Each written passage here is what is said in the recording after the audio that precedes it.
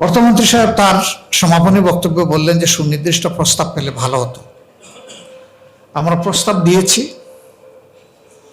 ওনারা আশ্বাস দিলেন যে এখন তো আর এটা বিলে আনা যাচ্ছে না, আমরা এসআরওর মাধ্যমে এটা বাস্তবায়ন করব। না না, আমি বলতেছি, আমাকে বলতে দেন, আমি বলবো, যেটা একেবারে ভুল হয়ে যাবে তখন লুকমা দিন। তো এরপরে আলহামদুলিল্লাহ হাউসে এটা বলা হয়েছে যে এসআরের মাধ্যমে এটা অ্যাকসেপ্টেড। এই জায়গায় আমরা ধন্যবাদ জানাই। কেন আমরা সাইকেলের খুচরা যন্ত্রাংশের উপরে এটা ওয়েবার চাইলাম? আমরা এই কারণে চেয়েছি, এইটা ব্যবহার করেন অতি স্বল্প আয়ের মানুষেরা, আর ব্যবহার করেন যে সমস্ত মানুষের ফিজিক্যাল এক্সারসাইজের জন্য দরকার একটা বয়সের প্রান্ত সীমায়। এটা কোনো বড় লোকেরা ব্যবহার করে না, এটা নাম্বার ওয়ান। নাম্বার টু, এগুলা শুধু দেশে ব্যবহার হয় না, বিদেশেও রপ্তানি হয়।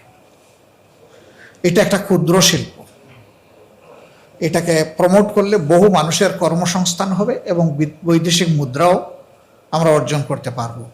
কিন্তু অতিরিক্ত কর যদি আরোপ হয় তাইলে বিদেশের চাহিদা আমরা মেটাইতে পারবো না, তখন কম্পিটিশনে আমরা টিকবো না। ধন্যবাদ, এটা তারা গ্রহণ করেছে।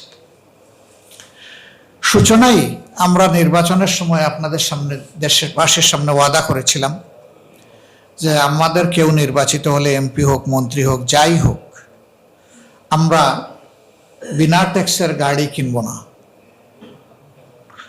এবং সরকারি কোনো প্লটের সুবিধা নেব না। কিছু বন্ধুরা ওই গুড়ের সাথে কিছু লবণ না ছিটাইলে আরাম পায় না।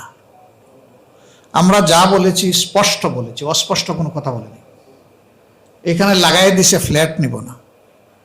এখন সরকারি ফ্ল্যাট এমপিদের জন্য ডেজিগনেটেড, এটা সরকারি দায়িত্ব পালনের জন্য। এটা কি সরকার আমাকে দিয়ে দিচ্ছে নাকি?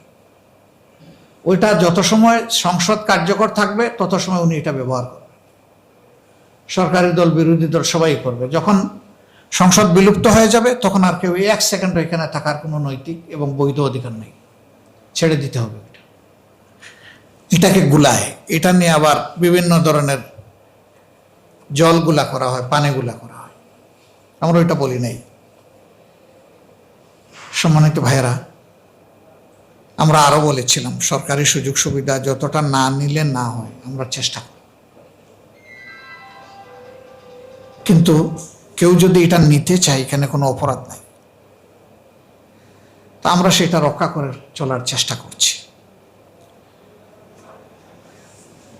এই যে বাজেটটা এসেছে, বলা হচ্ছে সর্বকালের সর্ববৃহৎ বাজেট, কিন্তু আমরা যদি মানি অ্যান্ড মার্কেট ইনফ্লেশনের কথা চিন্তা করি তাহলে এটাকে বড় সর্বকালের সর্ববৃহৎ বাজেট বলা যাবে না।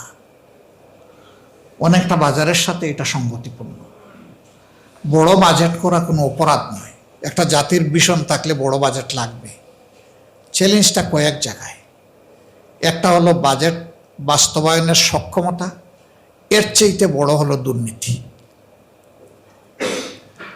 এই দুই জায়গায় যদি বড় সংস্কার আনা না যায়, বাজেট হবে কিন্তু বাজেটের প্রকৃত সুফল জনগণ পাবে না।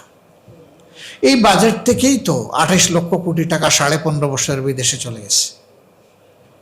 যদি এই দুই জিনিসের সংস্কার না হয় আবার যাবে।